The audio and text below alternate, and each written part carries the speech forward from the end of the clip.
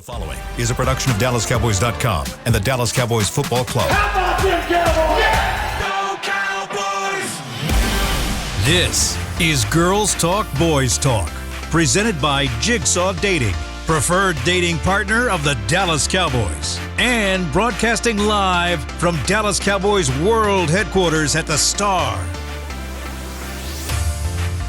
Welcome into Girls Talk, Boys Talk, brought to you by Jigsaw Dating. Today, the first day the Cowboys players are finding themselves back on the field following Monday night's unprecedented event and the injury to Bill's safety, Damar Hamlin. And as we all continue to wait for news and pray for Hamlin's recovery, we were able to catch up with both head coach Mike McCarthy today, as well as the players. Haley, you were in the press conference with Mike McCarthy today. Maybe just give us a couple of highlights from that and how he's making sure that players check in not only with themselves but each other. Yeah, I loved how, I think regardless, that was the first question he was asked, but I think regardless it was on his list of things to start with immediately. So I love that. He really just expressed his concern for Damar and his family, sending condolences. But I really thought was interesting, though, is obviously all these teams across the NFL are, talking about Damar, talking about how it's impacted those players. And one of the things that Mike said that really stood out to me is that they opened the spiritual playbook today. Mm-hmm. They spent time with the team chaplain and really opened up, leaning into the emotions, what everyone was feeling, what everyone was not feeling, and really making sure that those guys are nourished from that way. And we've talked so often about how Mike McCarthy is a pro's pro when it comes to taking care of these guys. But as you mentioned, this is unprecedented. We've never really seen an injury like this before. So he continues to impress me with his ability to be a player's coach, maybe in a little bit of a different way than we think of that word, player's coach. So that was the number one thing that stood out to me. Talked about making sure the guys had spiritual guidance. That's what they needed. He said, I wrote down, let's be honest, no one is fine no matter what we're saying. We know what's in front of us, but right now, spiritually, our playbook needed to be open. So I just thought it was really important that he was keeping those guys at the forefront, making sure that they're all looking out for one another. He also said that he did not see the play live. He said he heard about it. It was obviously jarring. He talked about experiences that he's had in the past with some players. So it really resonates with a lot of us. It hits a little bit personal to some of the players in the locker room as well, which we'll get into. But I really just thought, it's just so challenging to put into words what everybody watched and what everybody saw and how we feel. And I really just loved that term, spiritual playbook, because you don't hear that a lot. And so I thought that it was really good that they were able to lean into that. Yeah, watching it, and this is not a great comparison at all. It's actually, maybe I should be careful in even making this comparison, but when we think about things that we've never seen live on television before, I kind of go back a little bit to September 11th. Mm-hmm. We had never seen planes crashing into a building. We'd never seen a football game stop down for as long as they did. Typically with an injury, I think back to even Dak Prescott's injury, how brutal that was, and seeing the emotions in his eyes. Or I covered a Final Four game with the player from Louisville. I don't know if you guys remember how horrific that injury was. It was sort of like shock and awe because you haven't seen it before. I think what really stood out watching that game, because some weeks I have Monday Night Football on, and even, I don't know if you guys noticed this, but talking to some of the players in the locker room, I'm not sure every one of those guys had Monday Night Football on either, because a lot of players sort of take a break during the week. We've heard them say they're not watching. So they were sort of watching it as the highlights are coming through or whatever. But if you were watching it in real time the way that I was, and some of the guys that were, like Micah Parsons said, you thought it was a concussion. Mm-hmm. And not saying that that's good either, but at least we're used to seeing some of that, particularly this year with Tua Tagovailoa. But he never gave the thumbs up.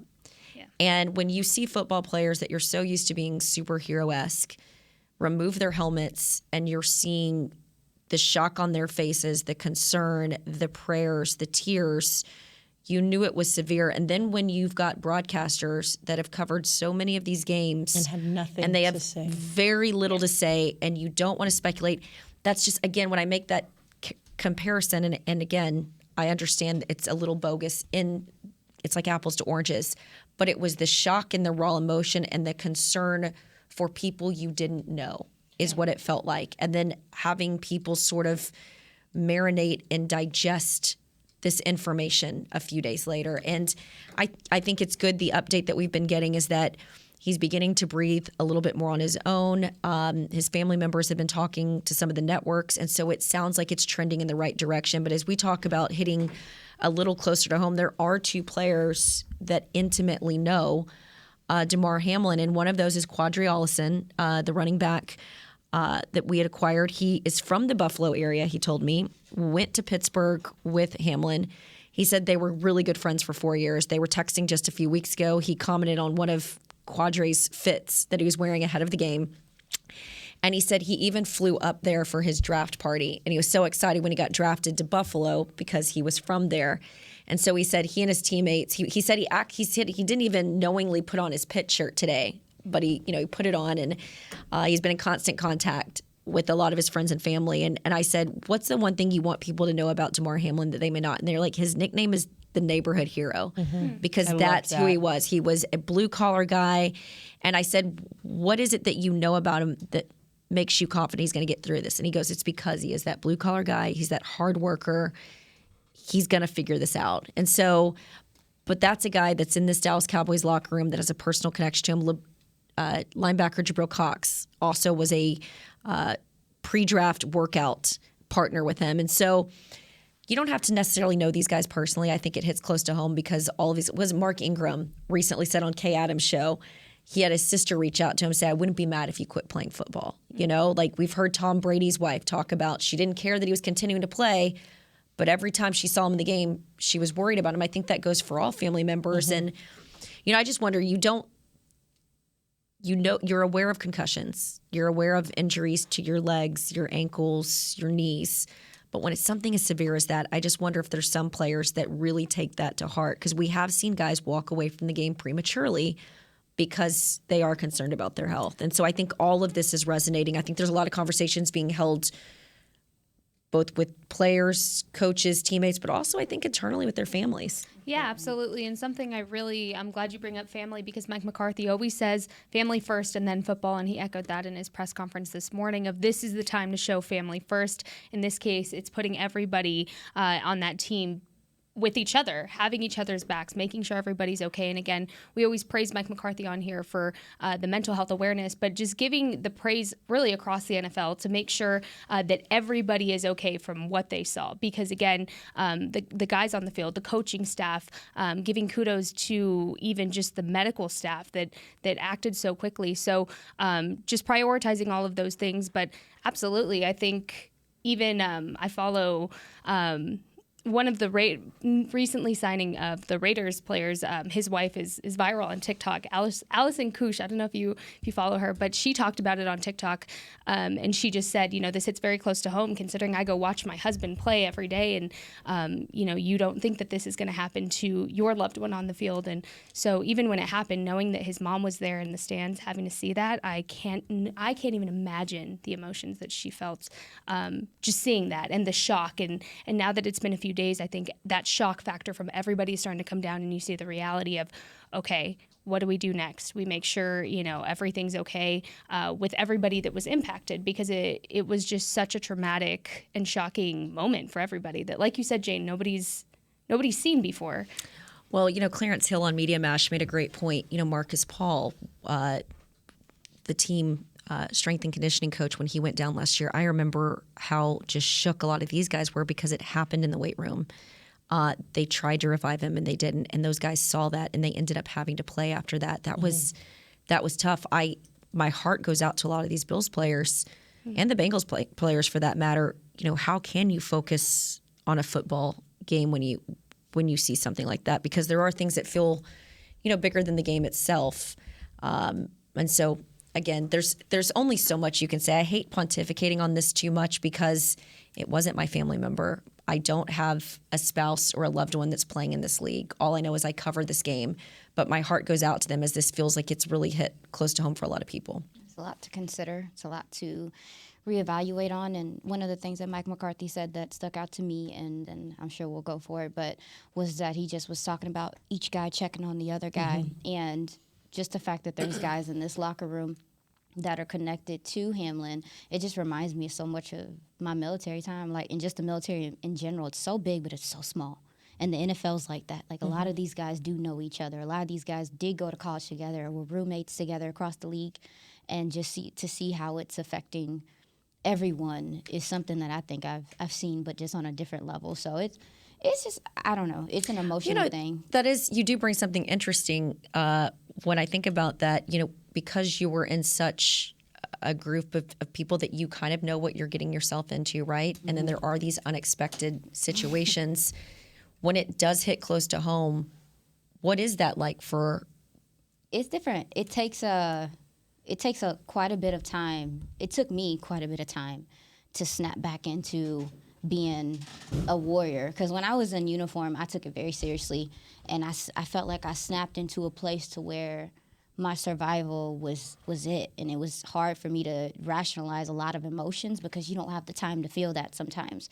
And with them taking this time off right now and the team kind of taking some time away, it probably is setting in for a lot of guys. I had it plenty of times in my military career where I was like, what am I doing right now? And not in a bad way, because that's what you're supposed to do. But I know for me and people that I've seen and plenty of other veterans, and it takes quite a bit of time to snap back into it. And you have to have people around you. You have to have support. So hearing the outpouring of support and people around everyone is the first start to me, is that everyone's in communication, because I think that's what hurts a lot of veterans, and I'm sure is what hurts a lot of athletes as well. I just wanted to add really quick, because I was trying to get this in earlier, but I wanted to let you guys talk. The update that the Bills, the latest that they posted about Damar, they said Damar remains in the ICU in critical condition with signs of improvement noted yesterday and overnight. He's expected to remain under intensive care as his healthcare team continues to monitor and treat him. That was at 12:30 today. I believe that's the most recent update. But to your point of, the military background, I obviously have never experienced that before, and I always give you so much praise for doing what you've done for, this country and for your family and everything. I spent a little bit of time in college in athletic training for a couple of years, and one of the last checkpoints you have to make as an athletic trainer is spine boarding. You have spine boarding, and then you also have any type of heart condition, how you would handle that on the field. And I remember that being the scariest thing to have to pass, because when you think about spine boarding and how every single person within that group has to do everything exactly perfect, otherwise that person is going to lose their life, it's terrifying. That being said, I can't imagine what it's like having to be a medical professional in that scenario, and you've trained for this kind of stuff. I believe the term that's floating around, and I don't want to say that this is for sure because I'm obviously not a doctor, but commotio cordis is what's been floating around, where you get an impact at the exact wrong time that your heart is beating and it just shuts everything down and you go into cardiac arrest.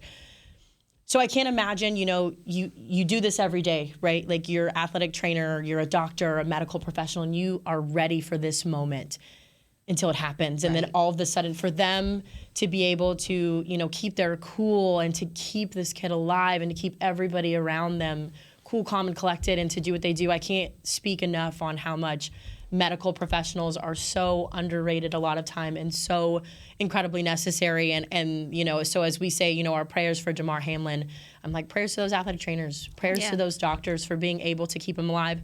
And I also think one of the most important parts of Monday night's game is when both teams came to the field and they surrounded Damar so that we couldn't see. Oh my gosh. And I thought that was such. Initially, when it happened, you were like, what are you doing? Like, why are you guys on the field? Like, give them some space. But obviously, retrospect, I just thought that was so incredible that they wanted him to, even in that moment, to say, to have some dignity, to have this space, keep it. I keep, when I think about what's happening, that's literally the picture that's up on my Twitter right now. It's just that powerful moment. So we're obviously all rooting for him. We're praying for him.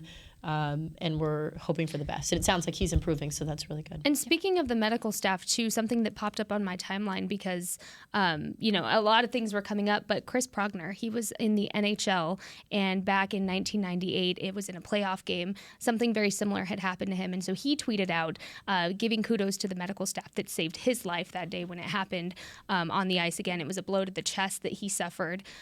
He posted the video, and he just gave absolute kudos to say if the medical staff hadn't acted so quickly, I don't know if I would be here. Chris went on to play, I think, the next week after all of that. So he said if it wasn't for that medical staff, I would not have ever stepped foot on the ice again. And so, again, that was back in the 90s. That was 25 years ago that happened. So this is not something that you see often, and it's not something that you ever want to see in any sport. And so yeah, just so many kudos to the medical staff that acted quickly to save his life. And with that, we will take our first break.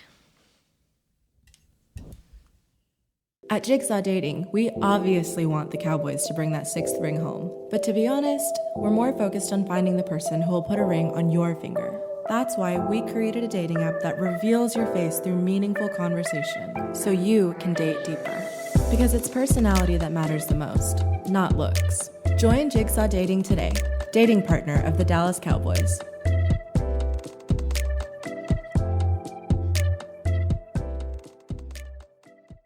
All right, Pepsi-loving football fans, it's time we had a lesson in trash talk. And I'm not talking about that stuff that happens on the field.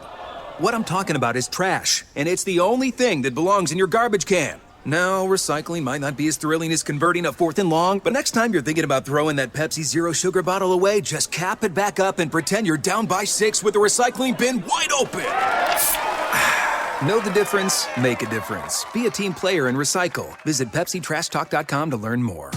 I'm Dak Prescott, quarterback of the Dallas Cowboys. And they snap it to Prescott, who looks right. It's not there. He escapes left. He'll run for a first down. Just like football, when it comes to crypto, it's important to have a team you can trust. With blockchain.com, I know I'm in good hands. Since 2011, they've been trusted by millions around the world to buy, sell, and trade cryptocurrency. Prescott's going to run this himself. Run it up the middle, and he scores. Whether you're new to crypto or an active trader, they've got you covered. What are you waiting for? Get started at blockchain.com.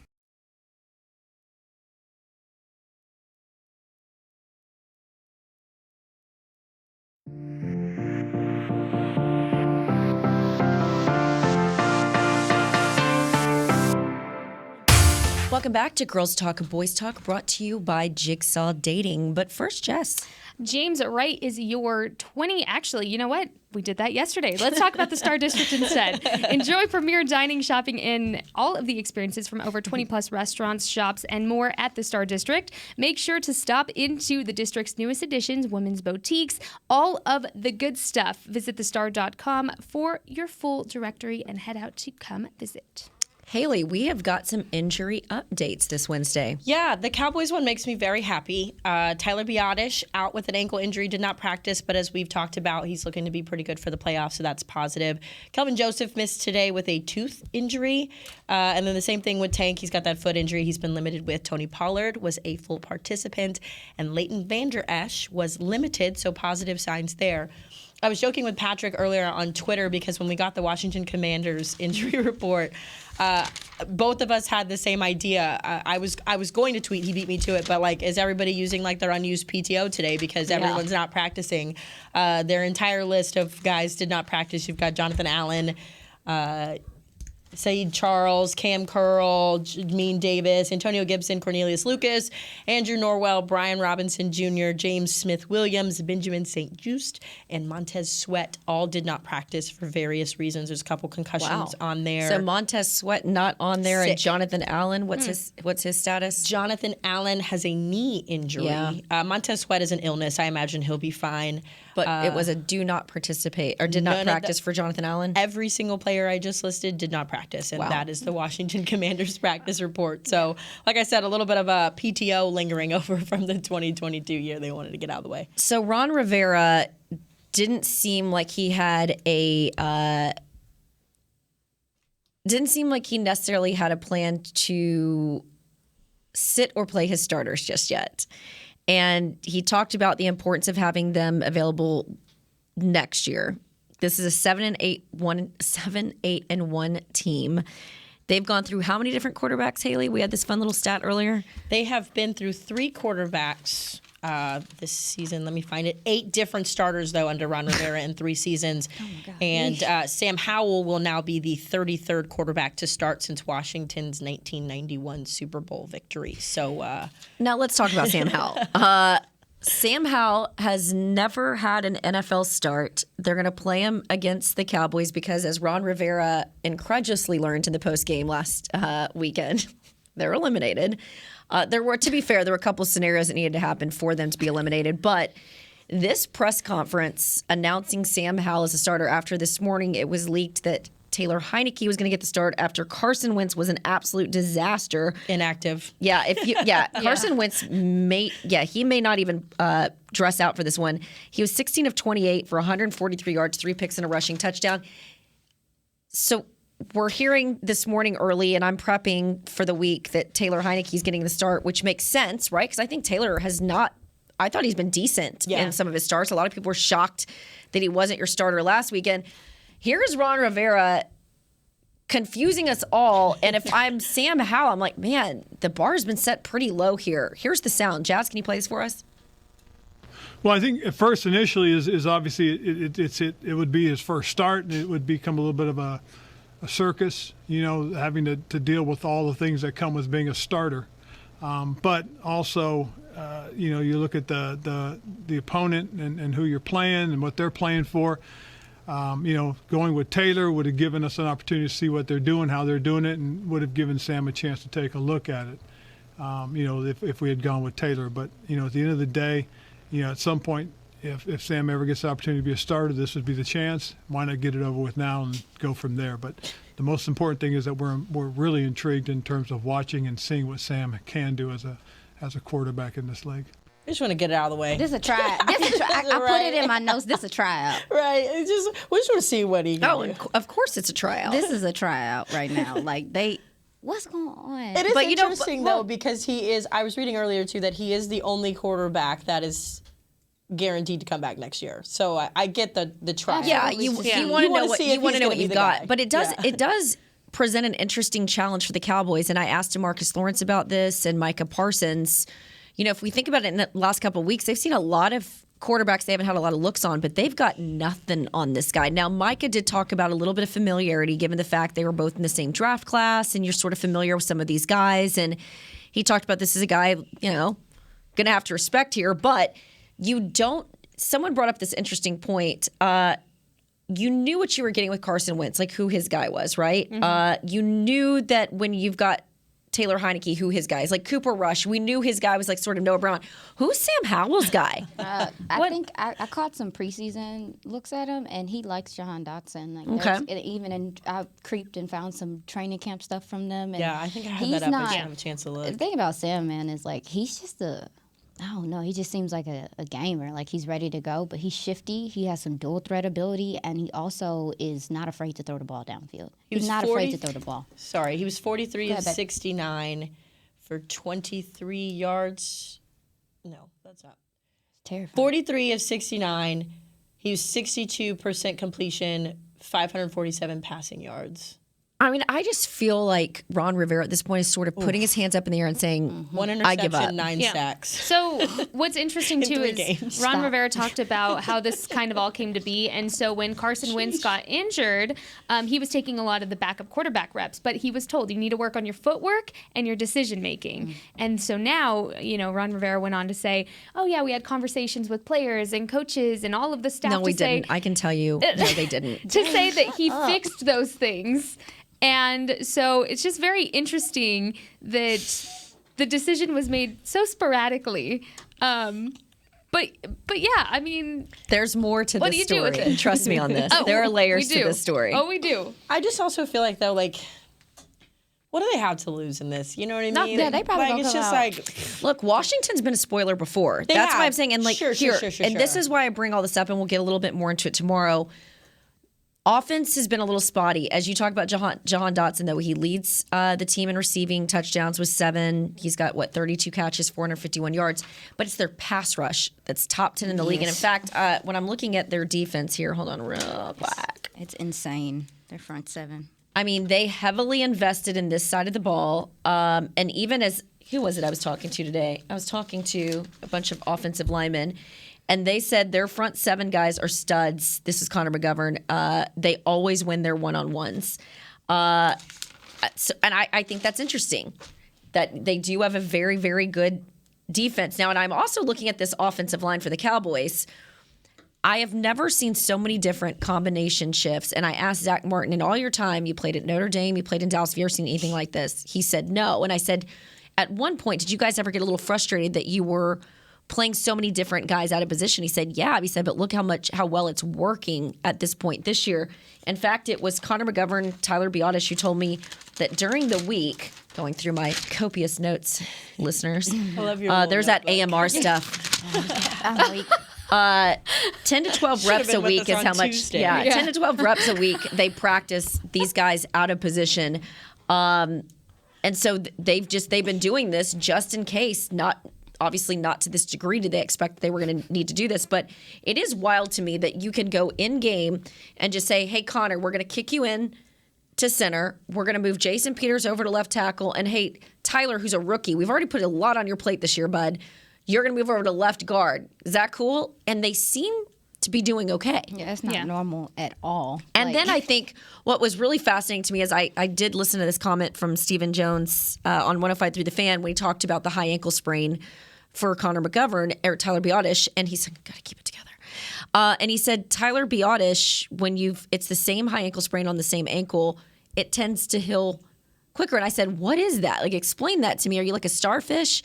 And Tyler said, "Look, I'm no doctor." He said, "But it's kind of almost like a muscle memory. Like it knows what to do."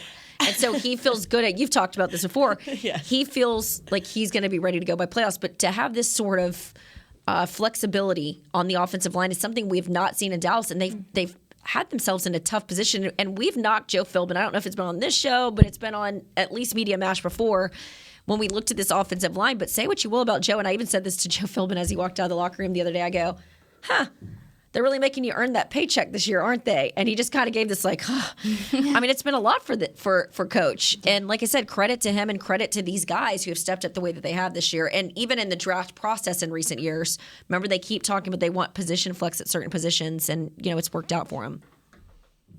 Yeah, I was just going to say earlier, as someone who has literally one ligament left in both of my ankles after 20 plus years of competitive soccer, it's a weird phenomenon. I don't know if this is like with knees or with any other body part. I can only speak on ankles because mine are terrible.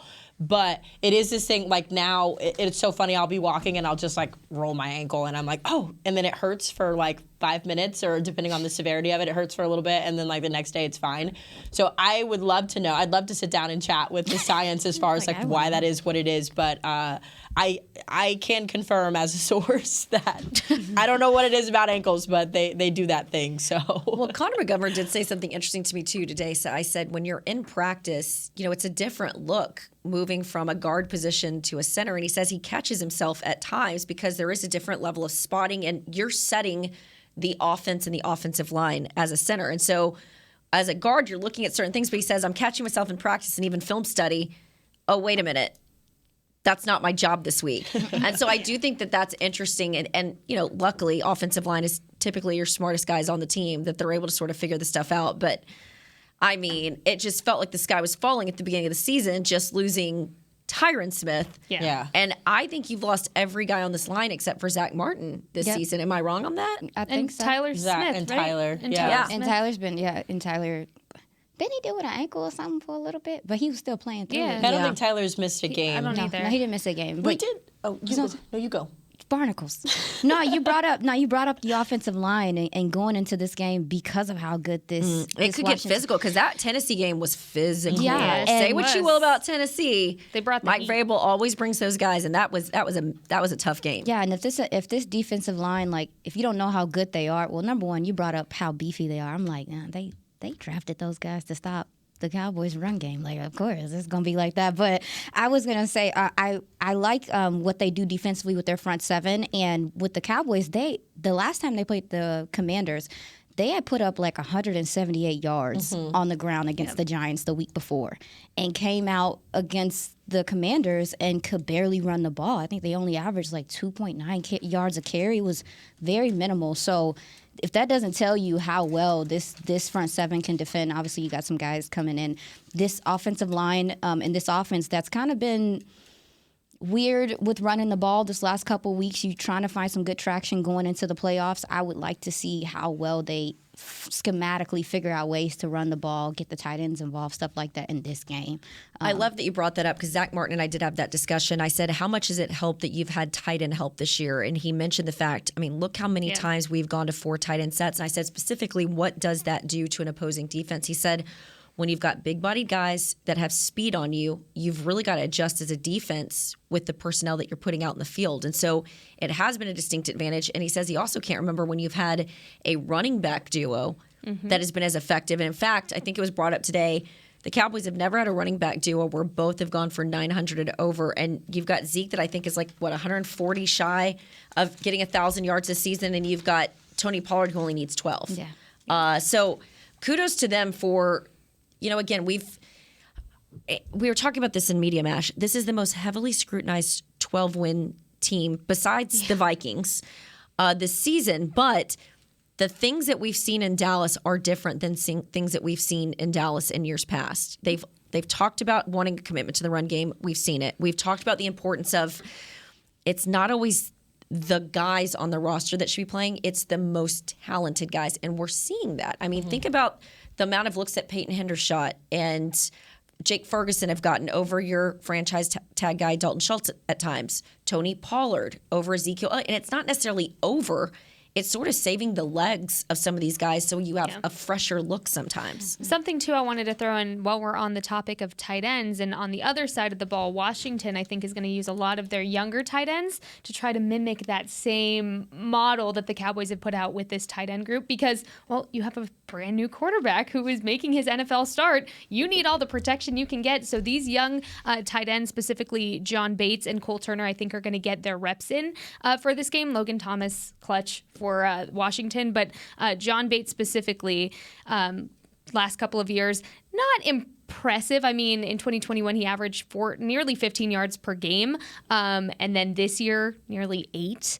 But Cole Turner had his best game in Thursday night against the Bears. He had 2 targets for 23 yards, but one of which was 18 yards. Not impressive with the passing, but I think when it comes to blocking and making sure that Sam Howell is protected, I think the tight ends for Washington are going to play a big part in that. Mike McCarthy said something interesting today, too, whenever he was asked, how do you prepare for, different quarterbacks or what you're looking for when you have these types of matchups. And he says he looks at 3 different things from a statistical and an analytical standpoint. He looks at time of possession, rushes and completions for your offense, and rushes and completions allowed. So I went back and looked at Washington and how well they do that. We know that they have the best third down defense in the league, which I think will be very interesting matching with T.Y. up Hilton. with T.Y. Hilton. Expected to get more reps. Yes, and the rest of the Cowboys offense factoring in the tight ends, because when you looked at the last matchup, you didn't really have the established tight ends the way they have established and developed now. You mentioned being limited on the ground. I think Zeke had 14 carries for 49 yards, and Tony was 6 carries for 8 yards. So it wasn't very good from that perspective. But again, the 1-2 punches developed. So when you look at those things that Mike McCarthy was talking about, time of possession, Washington leads the league in time of possession. They've had the ball for 534 minutes and 35 seconds. But they've only scored 33 touchdowns in that time, and they've only scored 295 points. So 18.4 points per game, that's what you're looking at with that Washington team. As far as the rushes and the completions from a passing standpoint, they've had 323 first downs. That's not important, though, because I'm at the wrong part of my notes. They've had 1,992 rushing yards on 497 attempts. That's good for 14th and 8th in the NFL this season. They're averaging about 4 yards per carry. From a passing standpoint, they've thrown for 3,614 yards on 534 attempts. Good for 21st and 19th in the league. They're getting about 6.8 yards per pass from whichever quarterback lines up behind center. And I think that is important because you talk about the defense being so effective.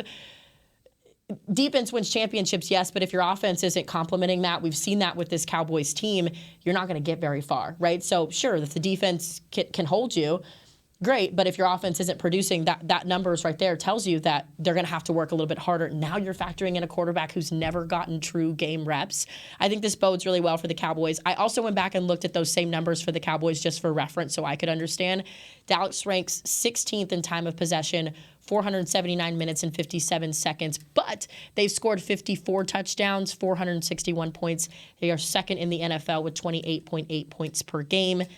They have passed for 3,783 yards on 518th passes. That's good for 16th and 20th in the league. As for rushing, they have rushed for 2,234 yards on 504 carries. That is good for 7th and 5th in the NFL. So we've talked about it time and time again on this podcast. How do you get your offense to go? You lean on the run game. I think this is a really good opportunity to get Zeke and Tony to that 1,000-yard mark and to really show like we're going into the playoffs on a high note. I think the good news when you look at this game is offensively, they're bottom of the barrel this year.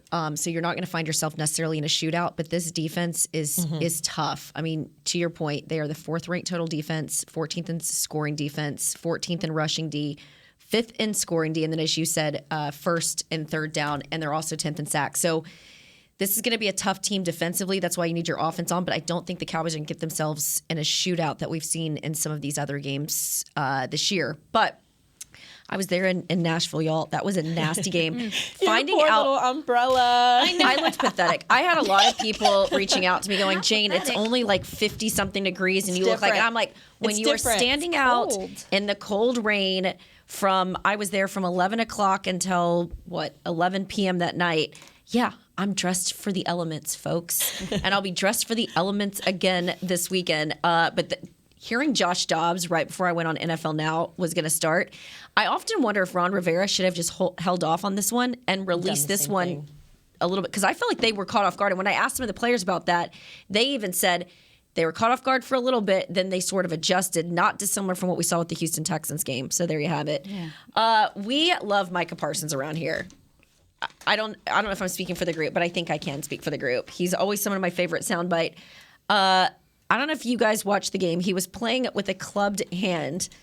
Is that going to be the case against Washington? We'll update. And what exactly happened to Micah's hand? It's Clubgate. We've got that on the other side of the break. Girls Talk, Boys Talk, brought to you by Jigsaw Dating, the official dating app of the Dallas Cowboys. At Jigsaw Dating, we obviously want the Cowboys to bring that 6th ring home. But to be honest, we're more focused on finding the person who will put a ring on your finger. That's why we created a dating app that reveals your face through meaningful conversation, so you can date deeper. Because it's personality that matters the most, not looks. Join Jigsaw Dating today, dating partner of the Dallas Cowboys.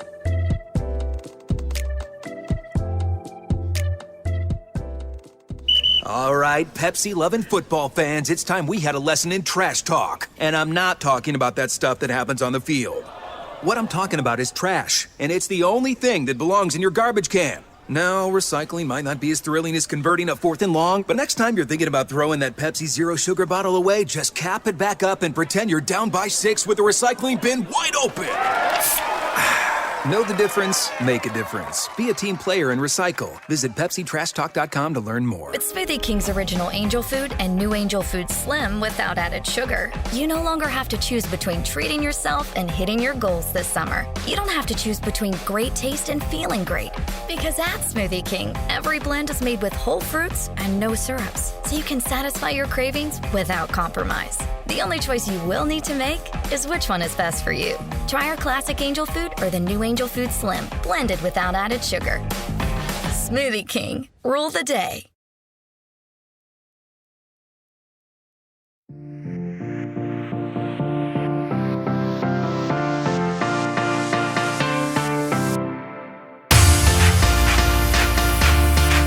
Welcome back to Girls Talk, Boys Talk, brought to you by Jigsaw Dating, the official dating app of the Dallas Cowboys. But first, Jess. It's only right that the best fans in the whole world get out of this world gear. Visit your local Dallas Cowboys Pro Shop or log on to shop.dallascowboys.com, 8 Fanatics experience, and grab Cowboys Nation-worthy hoodies, tees, accessories, and more. All right, in the break, you guys want to talk about it. I have not been the most respectful to James Washington. When I talked about James Washington, I always said I didn't want to talk about him because he didn't do anything in Pittsburgh, and I didn't see him do anything here. And sadly, he was injured, and we didn't get to see it. Jess, I know you love talking about him talking to him in the locker room. You developed a great relationship. I'll pour out my water for him. Thoughts and prayers. Mike McCarthy said that he hoped to see him again, and I do hope he gets another opportunity. But the writing was on the wall when he saw T.Y. and he had an opportunity, and unfortunately it didn't come through. So I don't want to be disrespectful to him. I respect everyone in their jobs, but James Washington no longer here. R.I.P. R.I.P. All right, let's move on. Micah Parsons, he was playing with a clubbed hand in this game. I asked somebody last week, I said, what happened to Micah's hand? And they said he cut it. I said, well, what do you mean? And no one would explain it to me. And so it's this big mysterious thing. And then it was funny. Clarence Hill reminded me that Des Bryant also similarly had a cut hand a few years ago. And when we asked Des about it, he said he was cutting carrots for soup, which was not the case. It wasn't even a big deal what actually happened to it. Clarence and I knew, but we never reported it. And again, not a big deal, but because Des never put it out there, we didn't feel like it was important to put it out. So Micah is having a similar approach to this club hand.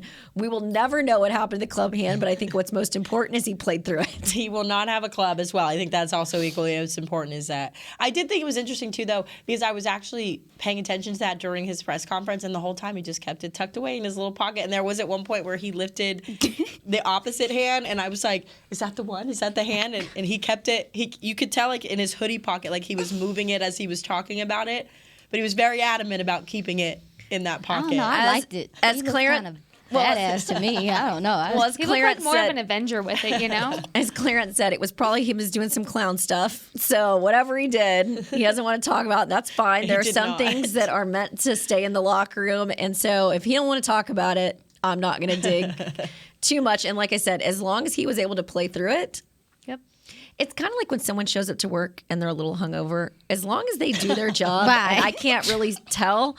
I'm like, as long as you play hard, whatever. How do y'all do that? Not to say that I haven't done that several times in my professional career. It got harder as I got older. Oh, my goodness. Ladies, it's New Year's. And as we get into that, one of my New Year's resolutions is I'm doing what everyone's doing. I'm on the keto diet. But part of that, to accelerate my keto-ness, was to give up alcohol for the month, which is honestly not that hard for me.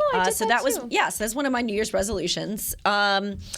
But I also thought we'd have a little fun with this. When it comes to the Dallas Cowboys, in the new year, moving forward, here's what you will do and what you won't do.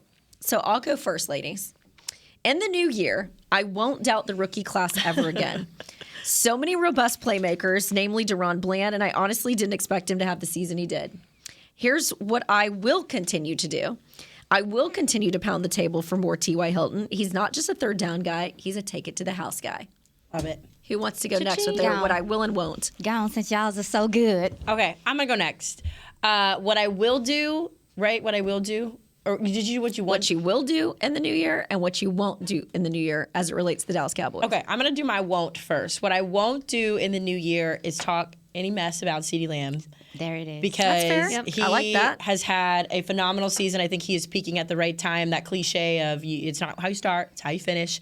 I was comparing some of his numbers to some of the best guys in the league right now, guys like Justin Jefferson, A.J. Brown, and he's right on pace with those guys. He's a top 10 receiver, so I will not ever not consider CeeDee Lamb an elite wide receiver ever again. Put some respect on his name finally. Putting some respect on his name. And I need to raise my hand there too because I was quite vocal at the beginning of the season. I'm like, yeah, he has not embraced this number one wide receiver role. And things that I will do more of in the new year is advocate for a big check for Brett Maher. He has been lights out. I was joking with someone the other day because Lionel Messi, the soccer player for Argentina and PSG. I've always said Lionel, so it's Lionel. Lionel, yeah. Lio. I'm not a soccer girl, so I don't know. Yeah. But I was reading an article. He has the most expensive insured body part, I think, in all of soccer. And I think he's up there in the top 3 in all of sports. His left foot, his famous left foot, is insured for $900 million. So J-Lo insured her backside. So you got to insure I'm what just works for saying, you. Brett Maher, get in touch with Leo, get that foot insured, and keep it coming. At Stephen Jones, at Jerry Jones, get this man a contract because he is that guy this season. Magic and I Maher. think he will continue to be that guy. Well, I'm very sad. You took my what I will do. What I won't do is I won't ever doubt Brett Maher again. I was very vocal on Blogging the Boys when all this first happened of how upset Everyone I was about it. But, and if somebody says they weren't, they lie. Yeah. They sit on a throne of lies. Yeah, they do. But what I will do is I'm going to change it to say I won't ever discredit Tyler Smith and all of the work he's put in because during the offseason, there was a lot of talk about Tyler Smith not being able to hack it. And, I won't ever doubt that he has his money where his mouth is. So Tyler Smith, you get my kudos. Now, what I won't do, ladies, what I won't do. Talk about penalties. I can't wait for this. Oh, no, it's what I will do, right? It's what I will do? Okay, what I will do is I will continue to talk about penalties.